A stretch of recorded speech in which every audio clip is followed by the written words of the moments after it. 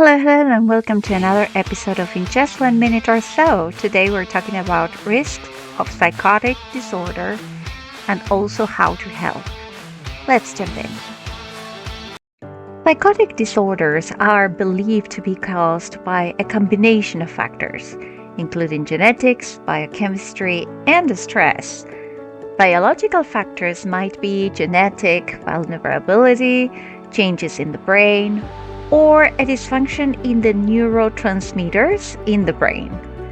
Now, psychotic symptoms may emerge in response to stress or the misuse of drugs, and drugs can trigger a psychotic episode in someone developing a schizophrenia. So let's talk about genetic factors. Although schizophrenia is not directly inherited, there is a strong contribution for genetic factors in determining risks. That said, most individuals diagnosed with schizophrenia have no family history of psychosis. We also mentioned the changes in the brain caused by schizophrenia, and these are not fully understood. However, chemical messengers in the brain seem to be involved, like the dopamine was the first chemical messenger that was linked to it. And people experiencing symptoms of psychosis may have abnormal levels of dopamine.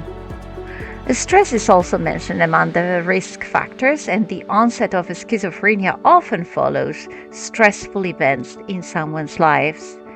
However, stress alone is not the cause, and rather it triggers an episode in people who are vulnerable to the disorder. Other factors include head injury or complications during pregnancy or during the birth or early life of the child, problems with the brain development during the adolescence even.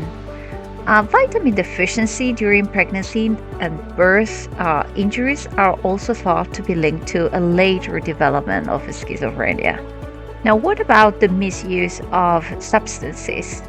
So, in terms of the misuse of alcohol, it can definitely cause alcohol-induced psychosis, and this normally passes when the person has recovered from the effects of the alcohol misuse.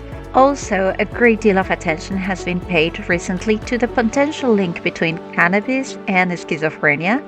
In people who are vulnerable, cannabis may contribute to the development of this illness.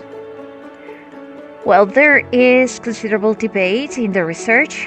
What we know is that the consumption of cannabis affects the dopamine system and therefore contributing as a risk factor. And in a nutshell, cannabis affects short-term memory and clouds clear thinking and can make a day-to-day living more difficult and interferes with antipsychotic medications if that person is already taking some. And finally, let's talk about how to help a person having a psychotic episode. So first of all, ensure your own personal safety. Do not get involved physically to stop violence or to restrain the person. Secondly, if safety is a concern, call the police or the emergency medical services. Tell them that the person has a mental problem and needs to get medical help. Give them as much information as you can. Third, if you're going to try to calm this person, then create a calm, non-threatening atmosphere. That means do not restrict the person's movement, allow them the freedom to move around and not feel trapped or threatened. Ensure that both of you have easy access to the exit of the room if you're in a room. Ensure that you make small, slow movements, avoid nervous behavior,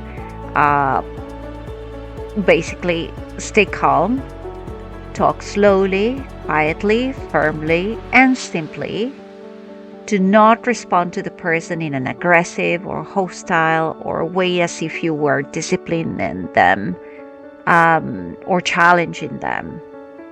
And remove any distractions like turn off the radio or TV, whatever noise is there.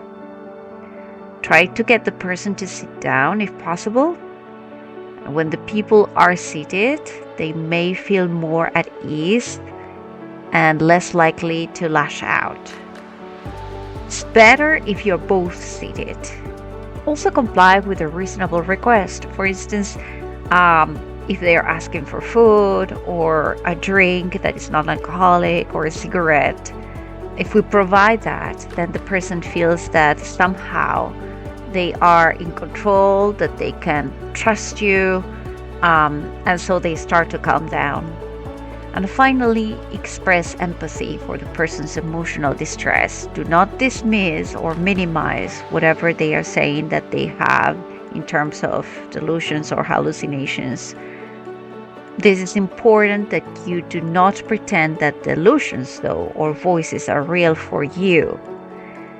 If you're part of the person's delusion in a dangerous or unhelpful way, it is best to remove yourself from the situation and get another person to help. And that's all for today. Thank you so much for watching and see you in the next episode.